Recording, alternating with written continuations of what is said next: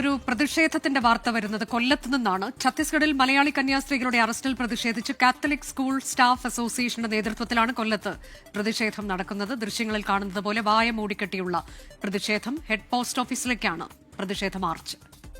R Arunraj വിവരങ്ങളുമായി. അരുൺരാജ്, വലിയ പ്രതിഷേധമാണോ?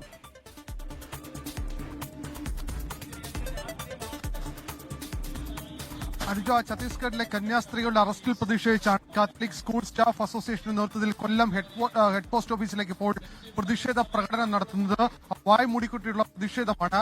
ഈ കാത്തലിക് സ്കൂൾ സ്റ്റാഫിന്റെ നേതൃത്വത്തിലാണ് ഈ പ്രതിഷേധം നടക്കുന്നത്. കഴിഞ്ഞ 2 ദിവസമായി വലിയ പ്രതിഷേധമാണ് സഭാ നേതൃത്വത്തിന്റെ ആഭിമുഖ്യത്തിൽ നടന്നു വരുന്നത്. കാരണം ഇതിൽ ചില കന്യാസ്ത്രീകൾ മുന്നോട്ട് വെക്കുന്ന വാദം, കാരണം കന്യാസ്ത്രീകൾക്ക് നീതി ലഭിച്ചിട്ടില്ല, ഈ നീതി നടപ്പാക്കാൻ സർക്കാർ തയ്യാറാകണം. ആർക്കെതിരെയുമുള്ള പ്രതിഷേധമല്ല, പക്ഷേ ഈ ഇത്തരം രീതികൾ അത് ഒരു തരത്തിലും അനുവദിക്കാൻ കഴിയില്ല. രാജ്യത്തിന്റെ ഭരണഘടന അനുസരിച്ചാണ് തങ്ങൾ പ്രവർത്തിക്കുന്നത്. കന്യാസ്ത്രീകൾ ചെയ്ത തെറ്റ് എന്തെന്ന് പറയുവാൻ ഭരണകൂടം തയ്യാറാകണം. അതാണ് കൊല്ലത്ത് നടക്കുന്ന പ്രതിഷേധം.